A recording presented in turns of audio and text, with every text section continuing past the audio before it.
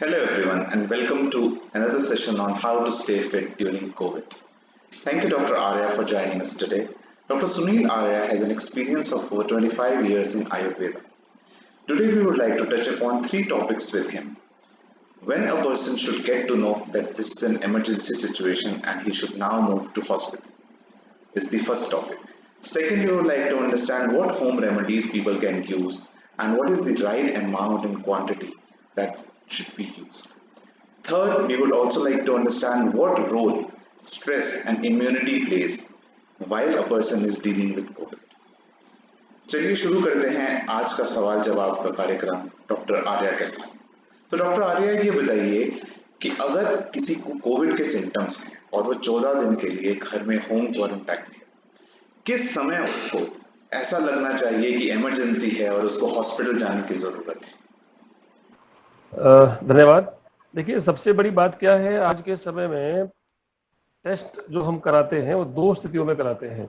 एक तो जो एक कैंपेन, एक ड्राइव चलता है टेस्ट कराने का, उसमें टेस्ट कराते हैं, या कुछ लक्षण होने पर हम टेस्ट कराते हैं। दोनों ही कंडीशन में पॉजिटिव आ भी सकता है, नहीं भी आ सकता है। लेकिन यदि पॉजिटिव आ जाता है तो सबसे पहले एक खास तरह का स्ट्रेस दिमाग पर हावी हो जाता है कि पॉजिटिव हो गया है तो अब हमें इमरजेंसी हो सकती है, तुरंत आप डॉक्टर्स की तरफ या हॉस्पिटल की तरफ भागना पड़ता है। ऐसी कंडीशन में डॉक्टर्स की एडवाइस लेना बुरी बात नहीं है, अच्छी बात है, जरूर लेनी चाहिए। लेकिन मन में ये तनाव बिल्कुल रखना नहीं चाहिए कि हमें तुरंत हॉस्पिटल जाना पड़ेगा। हॉस्पिटल में एडमिट होना या हॉस्पिटल में जाकर क्वारंटाइन होना वो तब जरूरी होता है जब कोई इमरजेंसी वाले लक्षण दिख रहे हों। अब ये हम कैसे तय करें कि किन लक्षणों को हम इमरजेंसी के लक्षण माने? आमतौर पे सामान्य लक्षण है, जुकाम है, खांसी है, बदन दर्द है, कई बार टेस्ट का नहीं आना है, कई बार नाक से खुशबू का पता नहीं चलना है, इसके अलावा हल्का तेज बुखार होना है। ये सब लक्षण, जुकाम, खांसी, खराश, ये सब लक्षण कोरोना के हो भी सकते हैं और बिना कोरोना के भी ये लक्षण हो सकते हैं। जैसे कई बार बहुत लंबे समय से जुकाम किसी को रहता है, तब भी नाक से खुशबू का पता नहीं चलना, ये सामान्य स्थिति हो सकती है साइनोसाइटिस में। तो ऐसी स्थिति में हम जब टेस्ट कराते हैं पॉजिटिव आ जाता है तो घबराने की आवश्यकता नहीं है। हॉस्पिटल में जाने की, इमरजेंसी केयर को प्राप्त करने की तब आवश्यकता पड़ती है जब या तो हमें सांस लेने में तकलीफ हो रही हो या हमारे ऑक्सीजन का लेवल, जो आजकल पल्स ऑक्सीमीटर से तुरंत पता चल जाता है, वो यदि 90-92 से नीचे जा रहा हो। इससे पहले बिल्कुल भी हॉस्पिटल में भागने की आवश्यकता नहीं है। आजकल टेलीफोनिकली बहुत सुविधाएं उपलब्ध हैं कंसल्टेशन के लिए, आप उनसे कंसल्ट करिए। तो अगर डॉक्टर को लगता है कि आवश्यकता है तो जाएं, अदरवाइज तो ऑलरेडी इतना लोडेड है, ओवरलोडेड है पूरा मेडिकल सिस्टम हमारा कि हम अगर अनावश्यक रूप से वहां जाकर के हम भर्ती होंगे या अनावश्यक रूप से इमरजेंसी सुविधाओं को हम अवेल करेंगे तो जो वास्तव में जो जरूरतमंद हैं उनको मिलने में दिक्कत आती है। जी, बहुत सही कहा आपने।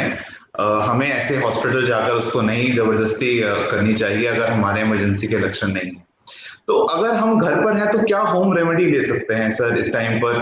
कुछ जो चीजें घर में अवेलेबल हैं उनको यूज करके कुछ होम रेमेडी के बारे में प्लीज बताइए। बहुत अच्छी बात आपने पूछी। सबसे पहले तो जैसे ही पॉजिटिव कोई व्यक्ति आता है तो उसको ये मान लेना चाहिए कि अगले 14 दिनों तक उसे होम क्वारंटाइन रहना है। होम क्वारंटाइन का मतलब है आइसोलेशन, सबसे अपने आप को अलग कर लेना। माने अपने एक घर में ही एक कमरे में अपने आप को रखा जाए, वो अटैच लेट बात हो, और घर के बाकी लोग भी अगर पॉजिटिव आए हैं तो फिर तो वो बहुत बड़ी आफत, मुश्किल की बात नहीं है। और घर के यदि और बाकी लोग पॉजिटिव नहीं हो तो फिर जो व्यक्ति पॉजिटिव है वो अपने आप को एक अलग कमरे में रखे और वहां पर रह करके, चूंकि कोई काम उसको रहने वाला काम नहीं है, ऑफिस जाना नहीं है, तो जो घर में ही उसके मनोरंजन के साधन हैं वो सारे वो अवेल करे। म्यूजिक है, डांस है, अखबार पढ़ना है, पुस्तकें पढ़ना है, कोई 2-3 तरह की पुस्तकें हम तय कर सकते हैं कि उसको अपने घर में उस क्वारंटाइन के पीरियड में फिक्स कर लें, उसको फिनिश करना ही करना है हमें। बहुत से लोगों को लिखने का स्किल होता है, वो उसमें लिखें, और बहुत सारे तौर तरीके हो सकते हैं जिससे अपने आप को व्यस्त रखा जा सकता है। ये तो वो तरीके हैं जिससे हम अपने आप को व्यस्त रख सकते हैं। अब महत्वपूर्ण बात यह है कि हम ऐसा क्या करें जिससे वो 14 दिन के का जो समय है उसमें कोई गंभीर लक्षण उत्पन्न ना हो।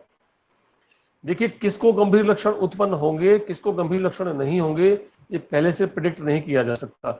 लेकिन जो कोमोर्बिडिटी के साथ हैं, जिनको डायबिटीज है, हाइपरटेंशन है, मोटापा है, हृदय का कोई रोग है, उन लोगों को गंभीर लक्षण आने की संभावना रहती है। तो गंभीर लक्षण आए हों, गंभीर लक्षण नहीं आए हों, संभावना नहीं हो या लक्षण नहीं भी हो, तो सबके लिए ही कुछ मैनेजमेंट्स हैं जो अपने घर में करने चाहिए। सबसे पहले तो आप टेलीफोनिकली चाहे किसी डॉक्टर से, चिकित्सक से, अपने फैमिली फिजिशियन से आप बात करें और उनसे अपने लिए प्रोटोकॉल तय कर लें। जैसे जैसे आपका डॉक्टर आपको गाइड करे उसका पूरा फॉलो करना है। उसमें कुछ आवश्यक दवाएं वो आपके लक्षणों के आधार पर बताई जा सकती हैं, वो आप उनको लें। इसके अलावा जो होम रेमेडीज के नाम पे आजकल हम आयुर्वेदिक काढ़े या आयुर्वेदिक कुछ औषधियां हम लेते हैं, उसके लिए भी किसी न किसी वैद्य से जरूर परामर्श करना चाहिए। बिना परामर्श के आजकल जितने भी लोग ये बहुत सारे काढ़े जो हम देते हैं वो लेते हैं अपने आप, उससे कुछ खास तरह की हानियां भी हो सकती हैं। तो इसलिए वो काढ़े भी बिना वैद्य की सलाह से ना लें। फिर भी कुछ चीजें ऐसी हैं जिनको अपने घर में रह के करना चाहिए। जैसे दूध में हल्दी मिला करके लिया जा सकता है। जैसे दिन में 2 से 3 बार, 2 बार वो लोगों जिनको लक्षण नहीं है, जिनको लक्षण है वो 3 बार हल्दी और नमक के पानी के गरारे करें। जी। कैसे करेंगे? 1 गिलास पानी, आधा चम्मच हल्दी अच्छे से उबालें और छान करके उसमें 1/4 चम्मच नमक मिला करके उससे गरारे करें। दिन में 2 से 3 बार करें। सबसे बड़ा लाभ क्या है उन गरारे को करने से?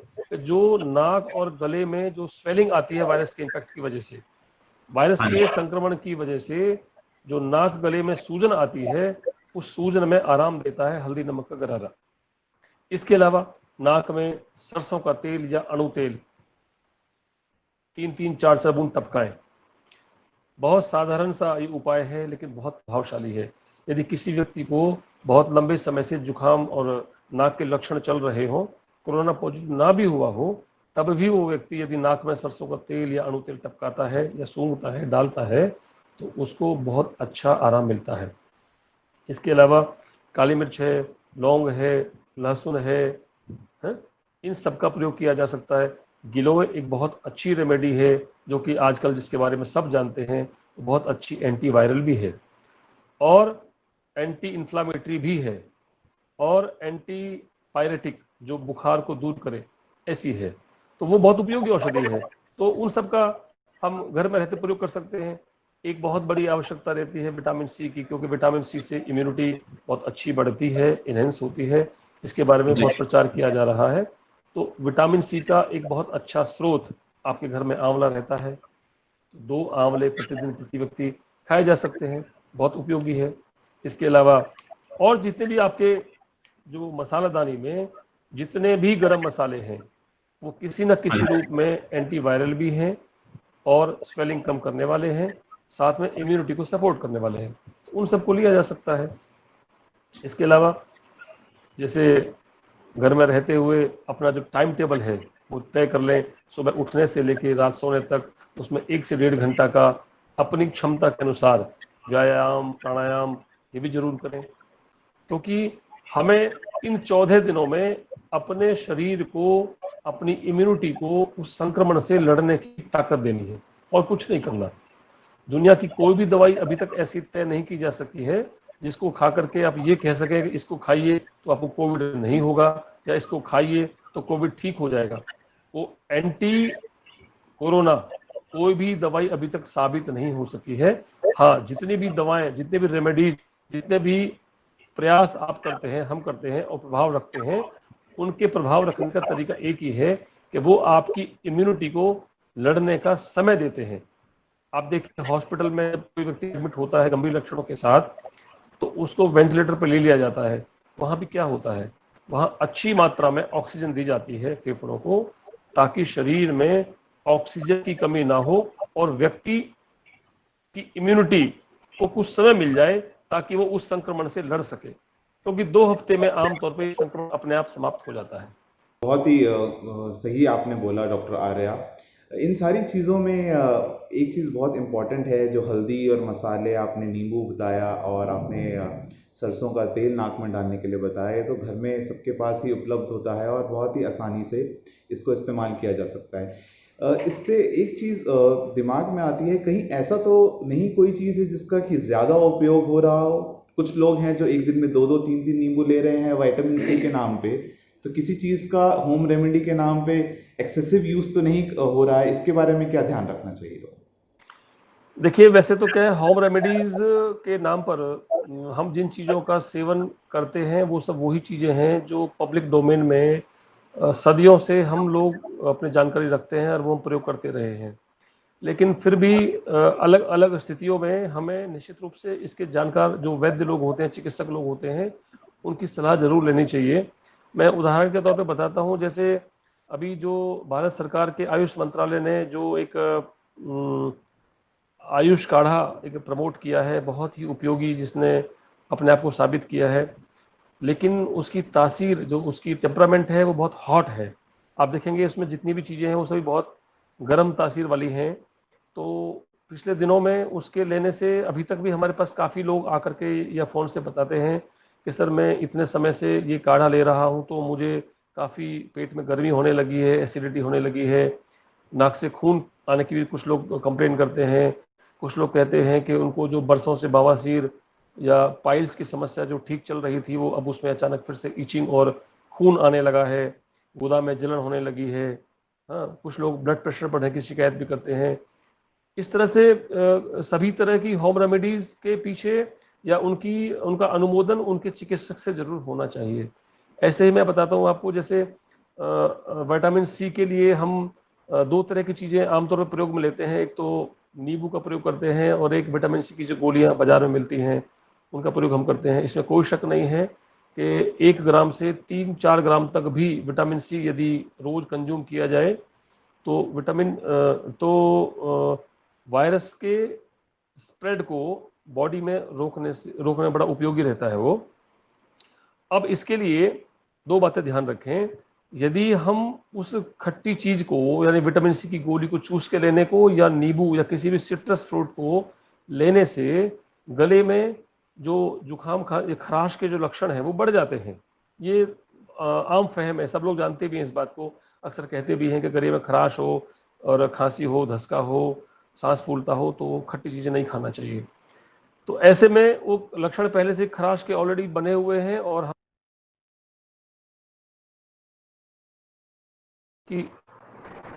हम विटामिन सी की गोलियां चूस कर ले रहे हैं या नींबू का सेवन कर रहे हैं तो खराश बढ़ जाती है। तो ऐसे में बजाय विटामिन सी की गोली को चूसने के हम डायरेक्ट पानी से छटक सकते हैं, या बजाय नींबू के हम और दूसरे ऑप्शंस जो विटामिन सी देते हो, जैसे बहुत अच्छा ऑप्शन है आंवला। आंवले का जो विटामिन सी है वो गला पकड़ता नहीं है, पाउडर को ऐसे भी लिया जा सकता है या बराबर की मिश्री या खांड मिला करके भी लिया जा सकता है। 1 से 2 चम्मच तक आंवला पाउडर रोज कंज्यूम करते हैं तो बहुत अच्छी मात्रा में विटामिन सी, वो भी ऐसा जो गला पकड़ता ना हो, मिलता है। इसके अलावा ये भी बात सही है कि जितने भी विटामिन सी की गोलियां हमको बाजार में मिलती हैं वो सब के सब सिंथेटिक होती हैं और केमिकल से बनी होती हैं, कोई भी किसी फ्रूट नहीं होता है। पर लेकिन जो ये विटामिन सी के लिए हम नींबू पानी लेते हैं और नींबू पानी को हम गर्म पानी, नींबू के रस को गर्म पानी में डालते हैं या गर्म सब्जी में नींबू का रस डाल के विटामिन सी मिल जाएगा ऐसा सोच के लेते हैं, वो ऐसा होता नहीं है, क्योंकि विटामिन सी जो नींबू से मिलता है वो थर्मोस्टेटिक नहीं होता। इसलिए ये जो छोटी छोटी बातें हैं ये बड़ी महत्वपूर्ण है, बहुत इस पर ध्यान रखना चाहिए, क्योंकि कहीं ऐसा ना हो बजाय लाभ के हानि हो जाए। तो ध्यान तो रखना ही चाहिए। और कोई भी होम रेमेडीज हो आप लें, बेशक लें, बहुत बड़ा नुकसान नहीं होता है, लेकिन फिर भी यदि उसका अच्छे से लाभ लेना है तो उसके लिए किसी वैद्य से उसका अनुमोदन ले लें तो अच्छा रहे। जी सर, ये आपने बहुत ही पते की बात बताई। लोगों को इस चीज का अंदाजा नहीं होता कि वो किस चीज का किस उपयोग के लिए यूज कर रहे हैं। तो एक स्टैंडर्ड चला आता है, सालों साल एक ही चीज वो करते रहते हैं। एक नींबू ले रहे हैं, किसी ने बता दिया तो 10 साल तक उसी चीज के लिए यूज कर रहे हैं। इसमें डॉक्टर आर्य, एक चीज और मैं जानना चाहूंगा कि स्ट्रेस का क्या रोल रहता है अगर एक घर में किसी एक को कोविड हो गया तो बाकी मेंबर्स का और जिसको हुआ है उसके अपने इंसान को कैसे स्ट्रेस मैनेज करना चाहिए सिचुएशन? देखिए, स्ट्रेस का बहुत बड़ा रोल है। आप देखिए, कोरोना काल के शुरू होने से पहले भी दुनिया भर की जो बड़ी बड़ी बीमारियां जिसका नाम लिया जाता है, इसमें डायबिटीज़ एक है, हाइपरटेंशन एक है, हार्ट के डिजीज़ हो गए, कैंसर तक की जैसी जो असाध्य रोग हैं, उन सब के पीछे पूरी दुनिया के जो वैज्ञानिक और जो मेडिकल साइंस से जुड़े हुए साइंटिस्ट हैं, वो सबका कहना है कि इन दिनों चूंकि स्ट्रेस बढ़ रहा है, इसलिए ये सब रोग बढ़ रहे हैं। तो स्ट्रेस का तो बहुत बड़ा रोल है ही। क्यों है? क्योंकि स्ट्रेस हमारी इम्यूनिटी को कम करता है, बिगाड़ देता है।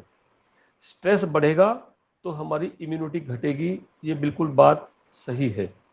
अब होता क्या है कि पूरी दुनिया में ये जो संचार के माध्यमों की जो बहुत इजीली एक्सेस हमको जो उपलब्ध है, और पूरी दुनिया में जो इस बीमारी के शुरू होने पर जो भयंकर जो मंजर लोगों ने देखा है, खूब सारी डेथ लोगों ने देखी हैं, और किस तरह से वो पूरी दुनिया की सरकारें असहाय हो गई, वो मंजर देखा है। उसके चलते सब दुनिया में एक खौफ का माहौल तो है ही दिमाग में। तो जैसे ही किसी को कोरोना पॉजिटिव होने की खबर मिलती है तो सबसे पहले वो स्ट्रेस में आता ही है, क्योंकि उसने वो भयानक मंजर देखा होता है। लेकिन चूंकि स्ट्रेस बहुत नुकसान पहुंचाता है हमारे इम्यून सिस्टम को, और हम हर समय केवल नेगेटिव बातें ही सुनते रहते हैं कोरोना से रिलेटेड, इसलिए वो और हमें संकट पैदा करता है। तो अगर हम ये समझें कि स्ट्रेस हमारे लिए हानिकारक है और हम पॉजिटिव हो गए हैं, तो इस स्ट्रेस को हम कैसे कम करेंगे? तो उसका तरीका है कि हम इससे रिलेटेड, कोरोना से रिलेटेड जो दूसरी अच्छी बातें, पॉजिटिव बातें हैं, उनको हम बार बार ध्यान में रखें। वो कौन कौन सी बातें हैं? जैसे पूरी दुनिया में कोरोना के जितने भी मरीज हैं, हमारे देश में 80 से 90% रोगी या तो एसिम्प्टोमेटिक हैं, लक्षण रहित हैं, या बहुत हल्के लक्षण वाले हैं। और दूसरी बड़ी बात यह है, आप जितना टेस्ट करते जाएंगे नंबर बढ़ता जाएगा। तो नंबर बढ़ना कोई महत्वपूर्ण चिंता का विषय नहीं है। अच्छी बात यह है कि फिर भी डेथ रेट 3% से भी कम है। 3% से भी कम डेथ रेट का होना, आप सोचिए, हमारे देश में 2.5 से 3 लाख लोग प्रति वर्ष टीबी से मरते हैं। और टीबी वो रोग है जिसका इलाज भी उपलब्ध है, इन्वेस्टिगेशन उपलब्ध है, सारा बड़े बड़े सेंटर्स हर जगह उपलब्ध हैं। उसके बावजूद 2.5 से 3 लाख लोग हर वर्ष मरते हैं। 20 से 25 हजार लोग हर वर्ष डेंगू से मरते हैं, पर उसकी चिंता नहीं होती है, उससे डर लगता नहीं है। पर इससे डर लगता है, क्यों? ये बहुत संक्रामक है। मान लिया बहुत संक्रामक है, लेकिन डेथ रेट बहुत कम है और 80-90% लोगों को गंभीर लक्षण नहीं है। तो इसलिए उस स्ट्रेस से बचना है। तो जो सबसे महत्वपूर्ण बात है कि इससे बचाव पर ध्यान दिया जाए कि 2 गज की दूरी बेहद जरूरी, बार बार हाथों को साफ रखना, सैनिटाइज करना, और अपने आप को घर से बाहर निकालना बहुत आवश्यक होने पर, और बिना मास्क के नहीं बाहर निकालना। मैंने मास्क का पहनना बेहद जरूरी, और सोशल डिस्टेंसिंग बहुत जरूरी। यदि इसका ठीक से पालन करते हैं तो ये तय है कि हमें कोरोना नहीं होगा। इस तरह से अच्छी बातें, इसके बारे में पॉजिटिव बातें सुन सुन करके हम अपने आप को स्ट्रेस से बचा सकते हैं। दूसरी बात, जब कोरोना पॉजिटिव हो जाता है कोई व्यक्ति, या कोरोना के विषय में बहुत सारी रोज रोज उसकी खबरें सुनते हैं, तो जो तनाव बढ़ता है उससे हमारी नींद घट जाती है, और नींद घटती है तो स्ट्रेस को बढ़ाने वाले हार्मोन्स बढ़ते हैं, और स्ट्रेस से लड़ने वाले हार्मोन्स दिमाग में घट जाते हैं। तो नींद पर सबसे पहले फर्क पड़ता है। तो इसलिए हम अपनी नींद को के बारे में बहुत पर्टिकुलर हों कि हमको 6 से 7 घंटे नींद जरूर आए। अब नींद, अच्छी नींद आए, इसके लिए क्या करेंगे? इसके लिए जरूरी है कि हम फिजिकली खूब एक्टिव हों। अब घर से बाहर जाना बंद है, पार्क जाना बंद है, होम क्वारंटाइन है, तो फिर थकेंगे कैसे? तो सिंपल तरीका है कि 1 से 1.5 घंटा, बल्कि मैं तो कहता हूँ सुबह शाम, अगर आप होम क्वारंटाइन है, 1 घंटा सुबह 1 घंटा शाम आराम करते करते, ऐसे नहीं कि आपने ओवर डोज ले लिया व्यायाम का, वो भी पता चला वो भी नुकसान कर गया आपको।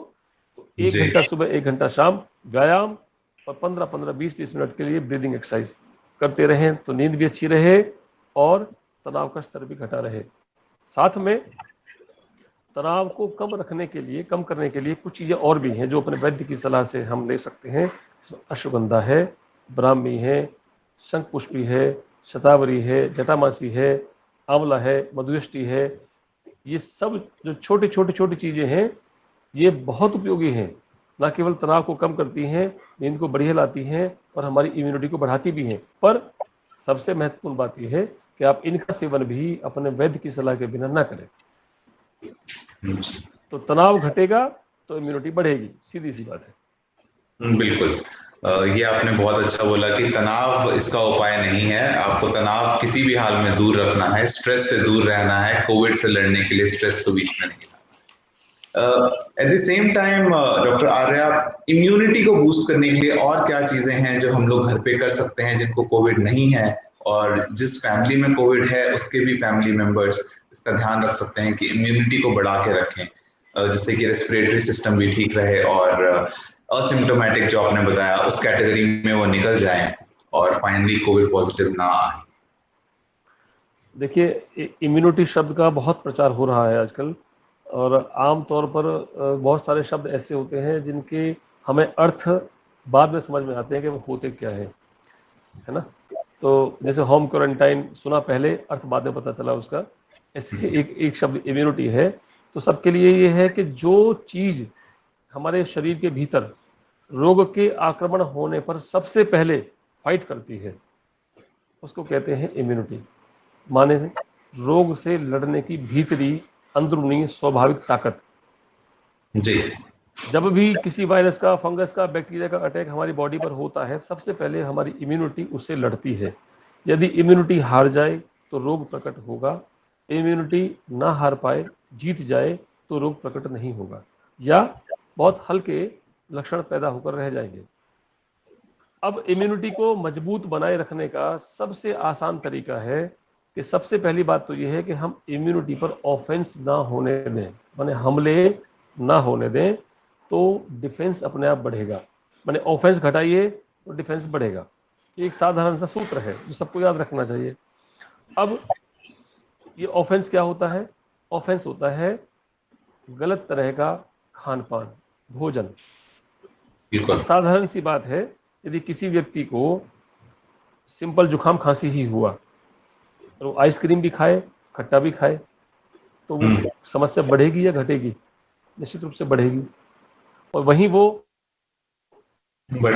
वहीं पर जुकाम खांसी जैसे लक्षण होने पर, साधारण लक्षण होने पर, रेस्पिरेटरी ट्रैक्ट के, श्वसन तंत्र के सामान्य लक्षण होने पर यदि कोई व्यक्ति साधारण रूप से गर्म पानी ही पीता है, तो वो समझ लीजिए आधा काम उसके इम्यूनिटी को मजबूत होने का वहीं से शुरू हो जाता है।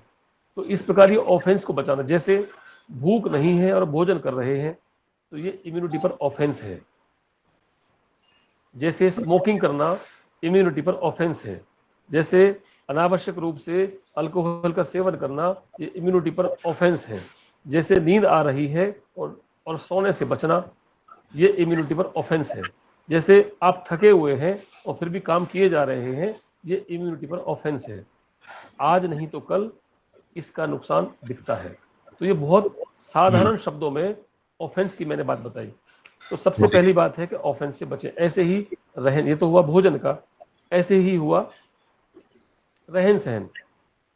जैसे सर्दी के मौसम में बहुत ठंडी चीज़ों का सेवन करना, बहुत गर्मी के मौसम में बहुत गर्म चीज़ों का सेवन करना, तो जो ऋतु अनुकूल भोजन का सेवन न करना, ऋतु विपरीत भोजन का सेवन करना, ये एक प्रकार का ऑफेंस है। तो इस तरह के ऑफेंस से यदि हम बचते हैं तो हमारी इम्यूनिटी पर हमले अपने आप बच जाते हैं। अब बात आती है कि हम इसको बढ़ाएं कैसे, अपने डिफेंस को, इम्यूनिटी को बढ़ाएं कैसे। तो आयुर्वेद में बहुत साफ एक सूत्र में कह दिया गया है, आहार, निद्रा, ब्रह्मचर्य। ये 3 चीजें हैं, यदि हम इनका पालन करते हैं तो निश्चित रूप से हमारी इम्यूनिटी मजबूत बनी रहती है। आहार का जैसे मैंने बताया, अपनी भूख को रखते हुए भोजन करें, चबा के, अच्छे से चबा के भोजन करें, भोजन पर ध्यान देकर भोजन करें, असमय भोजन ना करें, जो आपकी प्रकृति को अनुकूल हो वो भोजन करें। ऐसे ही निद्रा है, 6 से 7 घंटे की नींद अवश्य लें। देर रात तक जागना, देर से उठना, ये निश्चित रूप से हमारी इम्यूनिटी कमजोर करता है, तो ये ध्यान रखें। ब्रह्मचर्य का अर्थ ये नहीं है कि आप जो सेक्सुअल एक्टिविटी से दूर रहें। ब्रह्मचर्य का अर्थ होता है कि आपका एब्स्टिनेंस उन हर चीजों से हो जो आपके शरीर के लिए उपयोगी ना हो।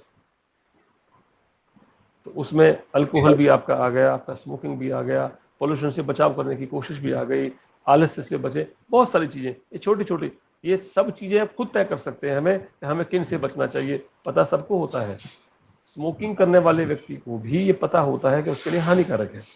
बस जिस दिन हमने ये ठान लिया कि हमें रोगी होने से बचना है, उसी दिन आप अपनी इम्यूनिटी पर काम करना शुरू कर देते हैं। एक बहुत बड़ा कंसेप्ट है विरुद्ध आहार। जैसे आयुर्वेद में कंसेप्ट है विरुद्ध आहार, जिसमें कहते हैं कि जो इनकम्पेटिबल फूड है उसका सेवन नहीं करना चाहिए। जैसे दूध के साथ नमक पड़ी हुई वस्तु, दूध के साथ खट्टे फलों का सेवन। आजकल बहुत कॉमनली हम ये मैंगो शेक्स पीते हैं, हाँ जी, आम खट्टा है और दूध उसके विरुद्ध है, तो बड़ा स्वादिष्ट बनता तो है, लेकिन वो विरुद्ध आहार है। विरुद्ध आहार होने से जितने भी चमड़ी के रोग आप देख रहे हैं आजकल, स्किन एलर्जीज देख रहे हैं, उसका बहुत बड़ा रोल है ये विरुद्ध आहार का। ऐसे ही दूध पराठे है, दूध के साथ नमक पड़ी हुई वस्तु लेना नहीं चाहिए, लेकिन पराठे लेते हैं तो बड़ा स्वादिष्ट लगता है, लेकिन है तो विरुद्ध आहार। तो छोटी छोटी चीजें हैं। यदि हम अपनी इम्यूनिटी को मजबूत रखना चाहते हैं तो हमें विरुद्ध आहार के सेवन से बचना चाहिए। और आहार, निद्रा, ब्रह्मचर्य माने एब्स्टिनेंस, जो नेगेटिविटी है, जो शरीर के लिए अनुपयोगी है, उससे बचना, ये ब्रह्मचर्य का अर्थ है। मतलब ब्रह्म का आचरण करना, जो हमारे शरीर के लिए, मन के लिए उपयोगी है, उस आचरण को फॉलो करना, यही ब्रह्मचर्य है। तो आहार, निद्रा, ब्रह्मचर्य, ये तीनों का अवलंबन हमारी इम्यूनिटी को बहुत बढ़िया से बूस्ट करता है। बहुत ही सही शब्दों में आपने इसका हमें उदाहरण देकर समझाया। तो मुझे लगता है कि जितने भी लिसनर्स हैं उन सबको इससे बहुत ही फायदा होगा। So thank you, Dr. Arya, for joining us and sharing these very useful tips with us. And on this note, we will close this session and stay healthy, stay blessed. Thank you. Bye-bye. Thank you very much.